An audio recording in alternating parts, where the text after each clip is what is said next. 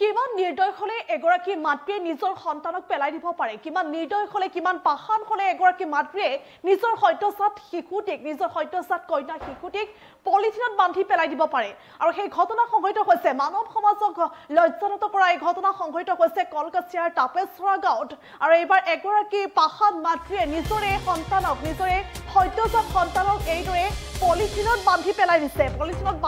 দিছে সত্যসাত কন্যা শিশুটিক আৰু লগতে চিঞৰি থকা অৱস্থাত কান্দি থকা অৱস্থাত সেই শিশুটিক এতিয়া উদ্ধাৰ কৰা হৈছে এই ঘটনা সংঘটিত হৈছে কলকাছিয়াৰ তাপেশ্বৰা গাঁৱত এইদৰে সভ্য সমাজক লজ্জানত কৰা জঘন্য ঘটনা সংঘটিত হৈছে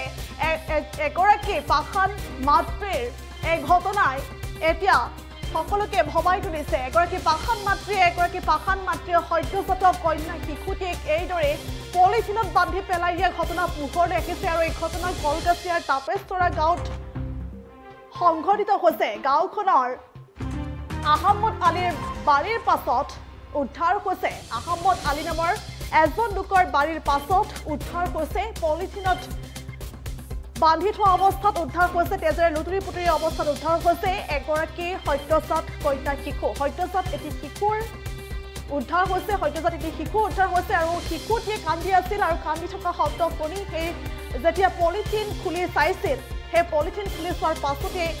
শিশুটি উদ্ধাৰ হৈছিল জীৱিত অৱস্থাতে শিশুটি উদ্ধাৰ হৈছে বৰ্তমান সুস্থ অৱস্থাত আছে শিশুটি বৰ্তমান সুস্থ অৱস্থাত আছে বুলি জানিব পৰা গৈছে আৰু যি নিকৃষ্ট কাণ্ড এগৰাকী জন্মদাত্ৰী পাখান মাতৃৰ কি নিকৃষ্ট কাণ্ড সংঘটিত কৰিছে সেই ঘটনাক সকলোৱে এতিয়া ধিক্কাৰ দিছে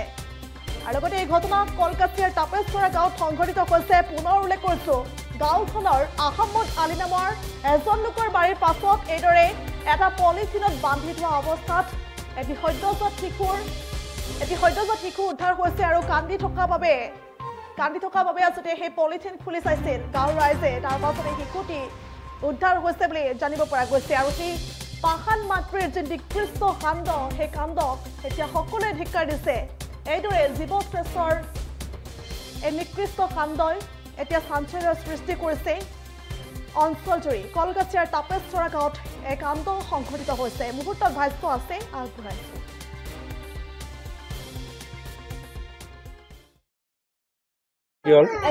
তাৰমানে মই ঘৰৰ পৰা পিছফালে গৈছোঁ পিছফালে যোৱাৰ পাছত এটা ড্ৰাগনৰ তলত এটা শব্দ হলত মই সেই ড্ৰাগনটো উঠাই কিনি চালোঁ এটা সৰু বাচ্চা তাৰপিছত তাৰ পৰা আনি কিনি গাও চাও ধুৱাই গাখীৰ আৰু চেনিৰ পানীৰে খাৱাই তাৰপিছত গাখীৰ গৰম পানীৰে গাও চাও ধুৱাই গাখীৰ পানী খুৱাই তাৰপিছত মানুহজনে মাতি আপোনাৰ কিবা গম পায় নেকি কাৰো নাই গম পোৱা নাই কেনেকুৱা অৱস্থাত পাইছে এই ড্ৰাগনৰ তলত আৰু পলিথিনৰ ভিতৰত পলিথিন আছিল গলাৰ মাজত এটা ৰছী আছিল তাৰমানে মাৰা কোনো প্লেন আছিল নেকি আজি হৈছে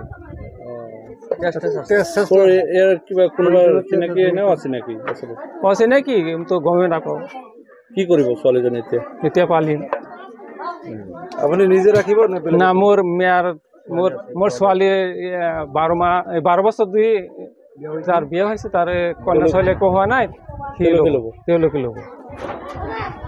কি খবৰ কৰিছোঁ গাভৰুৱা তাত গৈছিলোঁ গাভৰুৱা তাৰমানে কি কৈছে যে বৰপেটা মই আছোঁ বৰপেটাৰ পৰা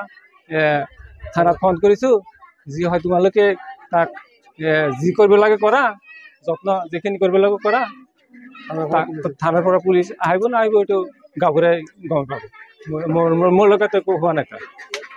আমার জ্যাঠাতো ভাই এটার ঘরের পিছফালে এটা ঢাকনি মানে টুকরির নিচিনা এটা তারির তলতে ওই বাচ্চাটো আছিল আমার ভাইটো কি করেছে পিছফালে গৈছে যাই পেলাই এটা শব্দ পাইছে মেকুৰীৰ চানা যেনেকুৱা শব্দ দিয়ে সেনেকুৱা শব্দ পাইছে শব্দৰ পিছত সেইটো দাঙি পেলাই চাইছে এটা পলিথিনৰ ভিতৰত তেজৰ সহকাৰে এটা পলিথিনত ভৰোৱা আছিল তাৰপিছত এইটো হৈ লাগি গ'ল তাৰপিছত বহুত মানুহ আহি পেলাই বাচ্চাটো গা পোৱা ধুৱাই ৰাখিলোঁ কিন্তু এটা কথা দুখৰ বিষয় যি মাইকীজনী এই কামটো কৰিছে সি একেবাৰে লজ্জাজনক কাম কৰিছে এনেকুৱা কাম পৃথিৱীত নহ'ব লগা কামবিলাক কৰিছে। আমাৰ গাঁৱৰ এটা বদনাম হ'ল, ইমান এটা অঞ্চলৰ বদনাম হ'ল, মুছলিম সম্প্ৰদায়ৰ মানুহ, আমাৰ মুছলিম মানুহবিলাকে যে এনেকুৱা নিষ্কৃষ্ট কাম কৰিব পাৰে, এইটোক আমি বহুত বেয়াকৈ দীক্ষা দিছোঁ। এনেকুৱা কাম যাতে ভৱিষ্যতে আৰু কোনেও নকৰে। আৰু কি খবৰ দিছে না আমি খবৰ মানে গাঁৱৰক খবৰটো জনাইছোঁ। গাঁৱৰাই বৰপেটা টাউনত আছে কিবা কামত, সি আকৌ আইচিক খবৰটো দিছে থানাত। থানাৰ পৰা এতিয়া গাঁৱৰৰ লগতে কি যোগাযোগ হৈছে আমি সেইখিনি ক'ব পৰা নাই। কি নাম গাঁওখনৰ কি নাম? আমাৰ গাঁওখনৰ নাম হ'ল তাবিচৰা। কাৰ ঘৰৰ পিছফালে এইটো